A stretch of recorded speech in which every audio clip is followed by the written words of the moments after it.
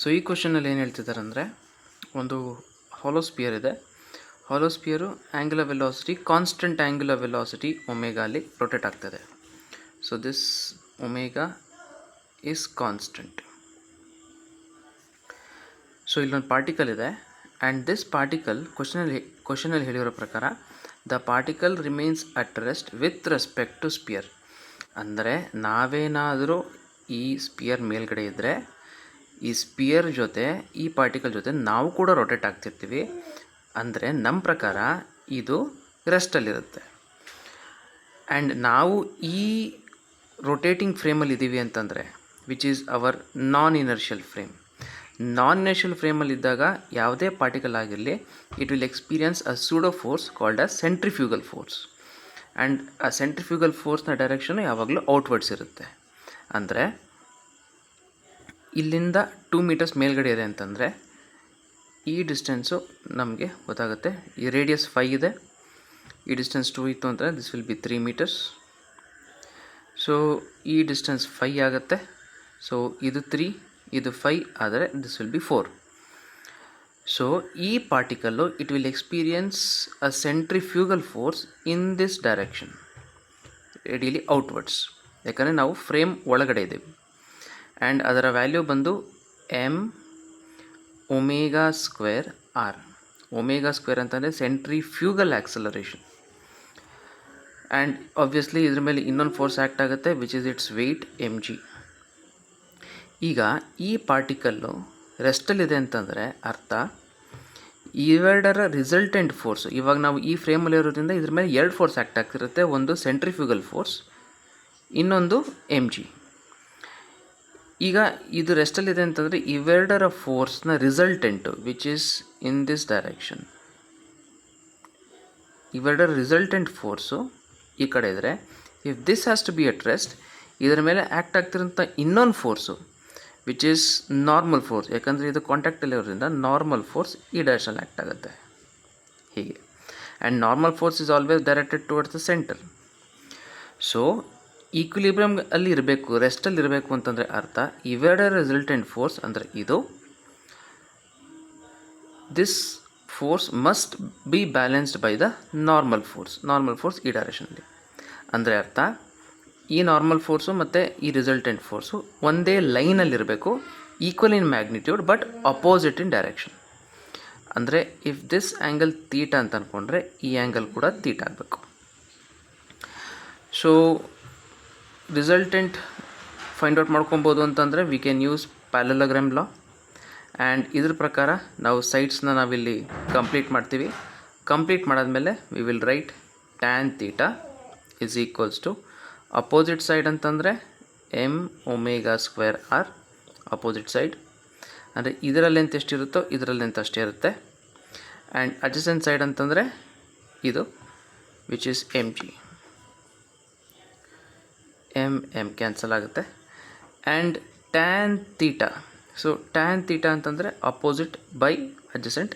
Length ನೋಡಿ 4 ಇದೆ, adjacent is 3, so 4/3 is equals to omega square into R value. R ಅಂತಂದರೆ ಈ centrifugal force ಇದೆಯಲ್ಲ, ಈ centrifugal force this particle will execute a circular motion, correct.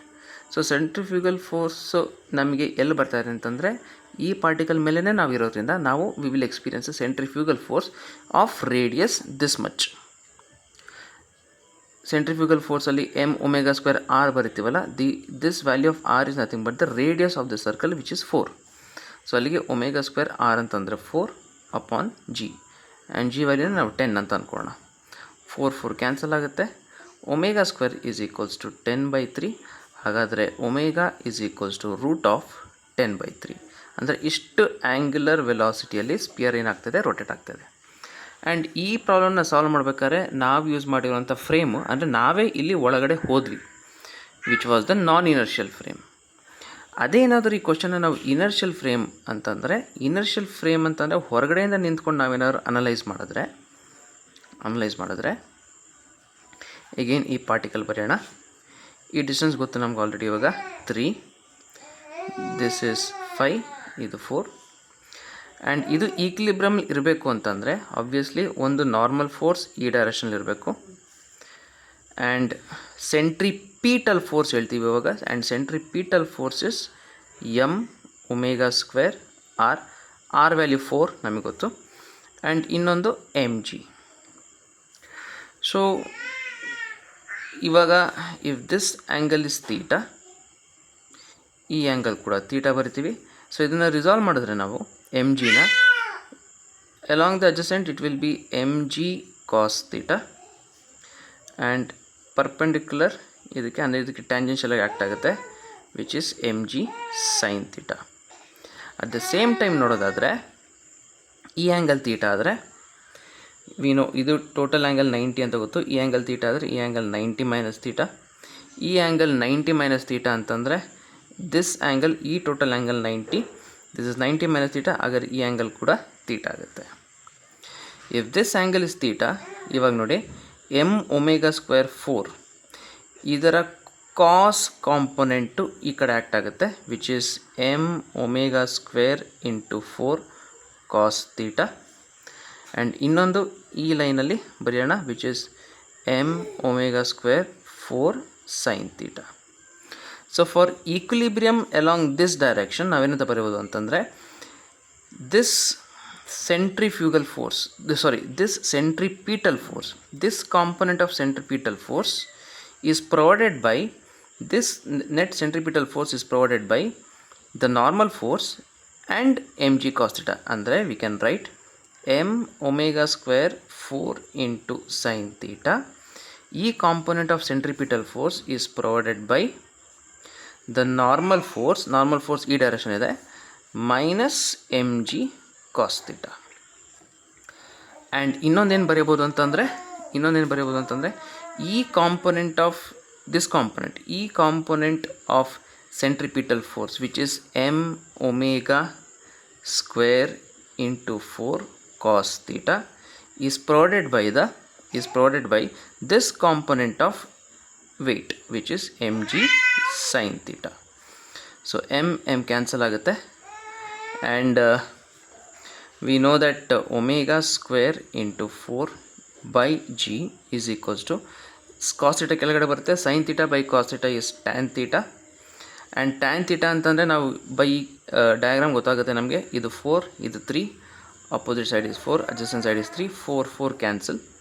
So that means we can write omega square is equals to 10 ಇಲ್ಲಿಗೆ ಬರುತ್ತೆ, ಮತ್ತು g value 10 ತೊಗೊಂಡ್ರೆ 10/3 omega is equals to root of 10/3 radians per second. So ಇದನ್ನು ನಾವು ಎರಡು ಫ್ರೇಮಲ್ಲೂ ನಾವು ಕೂಡ ಕ್ಯಾಲ್ಕುಲೇಟ್ ಮಾಡಿದ್ವಿ. ಒಂದು using pseudo force in non inertial frame and using centripetal force in the inertial frame.